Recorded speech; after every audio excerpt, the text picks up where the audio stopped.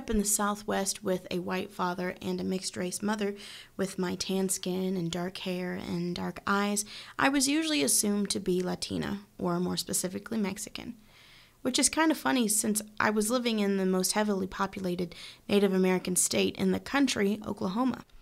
Or I would get the obligatory question that every mixed-race person gets, so what are you?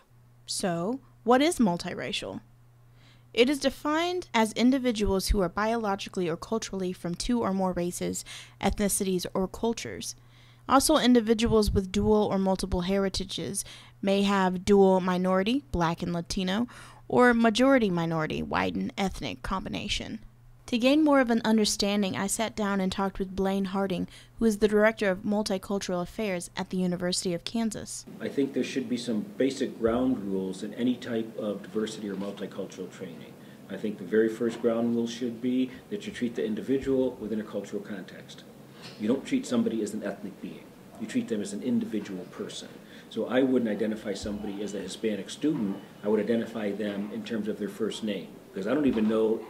Just because they look like a Hispanic student, that doesn't mean that they celebrate any observances, that they're part of the culture, that the culture means anything to them. So you treat them as an individual, and then if their ethnic or racial identity is part of their overall identity, then you can move into the cultural aspects. But I know Black students that don't identify as being Black.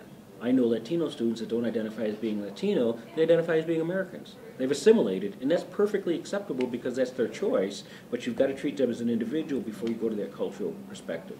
I think that's really important, that you have to understand that. And what's really interesting about multiracial people is people don't understand that it's one of the fastest growing groups in the United States.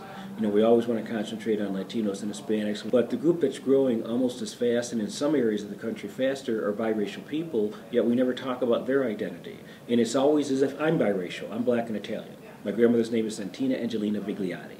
And people will always ask, well, which aspect of your heritage, which aspect of your identity do you value more, or what aspect of identity plays out in you more, or what aspect of identity do you really identify with even closer?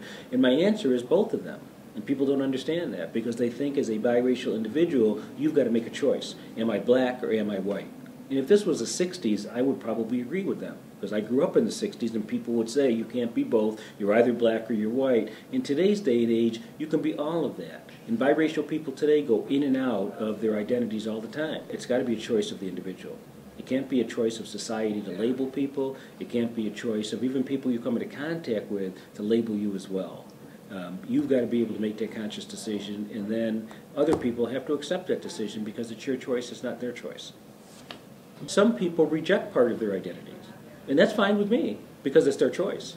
And they reject it totally, and they don't want it to be part of it, and that's fine. That's their choice, and I've got to respect their choice. My friends have always been a pretty diverse group with their own different backgrounds, and I've been fortunate to have known several who are mixed race too, like Jimmy and Paige Fickbaum. Jimmy and Paige met in the small town of Barnes, Kansas, where they grew up. In the last 6 years they've been together, they've gotten married and have an almost 2-year-old daughter named Charlotte. Paige is working as a substitute teacher while she's obtaining her teaching degree at UMKC. Jimmy works at an engineering firm and is a private contractor and has his own welding shop on Etsy. Both are devoted parents, compassionate and outgoing people, and both happen to be biracial. I am half Black and half white. My mom is white and my dad is Black. Yes, my mom is Asian, full-on South Korean, and my dad is white. And he's like full-on white. Why am I wrong first? Okay, me being mixed race. I liked it. Definitely. I mean, in a small town, you face a lot of adversity. Mm-hmm. I mean, we were like in the whole town. I was the only Korean person there. I think that in all of my years of like grade school, junior high, high school, I met one other Korean person that was even two other people that were like half Korean that I met, and I was like, oh my God, you know, you're half Korean too. Being Korean, it's like there's nobody from redneck country Kansas that is like Korean, you know, that like where I grew up. So that's kind of like out there a little bit. Did anybody ever make fun of you? Oh yeah, I got it all the time. But I mean, if you start getting it from like first grade, I think you start building up a thick skin. Mm-hmm. You know, they're always like, you know, you're Asian. I was always like the tiniest kid in the class, you know, but my grades were kind of good, so like I set myself up as a stereotype, you know, on like right there, so that like didn't go good in my favor. And then like the one thing I picked to be good at was music, you know, so it's like that's not very good either, you know. And then like I always got made fun of, but that's just the way it is. Kids are mean, you know. My experience growing up mixed race is a little different because I lived in a small town, but I've also lived in Hawaii and in Georgia. So my experience living in a small town, it kind of changed as I got older. I remember one of my classmates walking up to me, and we were in 2nd grade, and she said, you know, you're not like us. You're different than us. You're not like us. And it wasn't even really mean or anything like that. I think it was just an observation, and that's the first time that anyone had said anything like that to me. But I already knew that. It was just, it made it apparent, like, oh yeah, I am. I moved to Georgia, and one of my first friends that I made was black.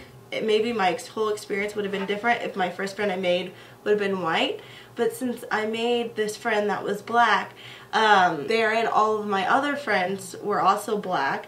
And I mean, there was white kids at my school too, my middle school that I went to, but I felt more like I had to be more black because I hung out with a black kid. So if I said something that a white person would say, that, oh, you're acting white, stop acting so white, why do you talk so white? And then when I moved back to Kansas, small town, when I was a sophomore, I still kind of had this like, okay, well, I'm black and then everyone else is white and I'm different. So I felt like I was like that token black kid, and I had to act more black. So I was always referred to, you know, like Black Paige, because my best friend is white and her name is Paige. And were you okay with that? I was okay. Yeah, I was okay with it. Paige. It just kind of grew on me, and it didn't really offend me.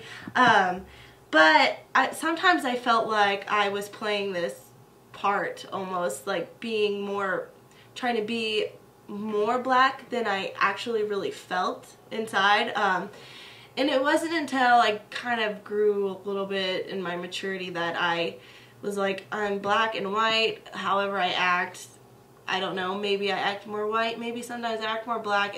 I don't really see it as acting one way or the other, it's just who I am. I mean, even though I've grown up and I've kind of, you know, see myself as just who I am, but there are definitely times and situations where I do relate more to being white or more to being black. It's just, I can't really put a finger on it, like what makes me, you know, relate to a certain side, but I definitely feel both sometimes. Yeah. What about you? I'd say there's a lot of times when I feel a lot more Asian.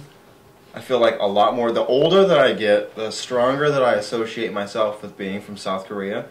You know, when I go to a store and I'm like, hey, what's up, dude? Can I get, you know, a 6-pack of PBR or whatever it is? But then when I go to the Asian store and I say something, you know, and I'm like, annyeonghaseyo, they're like, annyeonghaseyo, Jimmy. I'm like, yeah, it's being Asian. What about Charlotte? I feel like Charlotte is gonna be a little more Korean than anything else, because with me being black and white, I don't feel like I feel like I have culture, but like with being black and white, I just feel like an American. Like I don't really have like certain foods or a language or anything like what he has. Like with Korean, he has, you know, his food and language and all that kind of stuff that he can teach Charlotte, and so I think that she'll get a lot more of the Asian influence. Even if I am mixed race, even if I am half white and half Korean, and Charlotte is 25% Korean or whatever it is, like she will always have like the full experience of being Korean. Yeah. That's awesome. Girl, you are so pretty. What are you? What are you? What are you? Like, Yeah. I'm like, human? No. I'm human. What are you? I'm human. Or I'm blank. There you go. So a lot of people answer that question very differently, but I would just guess that a extremely high percentage of biracial people have been asked that question in their lifetime. I love it when people ask me. I love that. Or when people mistake what I am, they're like, oh, you know what? You look Filipino. You know, or the last one I got was like, you look like Bruno Mars. You don't look like. I know. Come on, just let me. Humor me. Oh, you look like Bruno Mars. Oh, yeah, that's right. No, I love it when people ask me that. It's awesome. Because it like, I'm like, I want to tell them. I want to be like, yeah, you know what? Actually, I'm from Korea. And they're like, oh, north or south? And I'm like, I'm from south. They're like, oh, I'd love to go there. I got somebody that's been there. I love kimchi. I'm like, you know, it just like invites conversation about your race. The best one that I've heard, it was awesome. I got this like 4 times. You know, like, what are you? I'm Korean. I could have swore you were Asian. No. A lot. And then they want to argue with me about it, you know, and I'm like, no. Like, I'm Korean and I'm Asian. For some people, it allows them to have a better understanding of what's going on. For some people, it's just a curiosity thing. And for some people, it's just, I just got to know. What are you going to do with the information? Nothing, but I just got to know. It's like, then I'm not going to tell you. So there's a variety of different reasons why they ask that question. I don't really get offended, because most of the time when people ask, they're genuinely curious. They genuinely, like, do not know what you are. We've got a biracial Bill of Rights. Biracial people should have the opportunity for self-definition. Biracial people should have the opportunity to resist oppression and the ability to only choose one group. All of these things are part of the identities of biracial people. It doesn't really matter what you associate yourself with or how you see yourself. It's just, it's how you see yourself, and that's what matters. It doesn't really matter like what on paper or what it says that you are. It's what you feel about yourself, really. Exactly.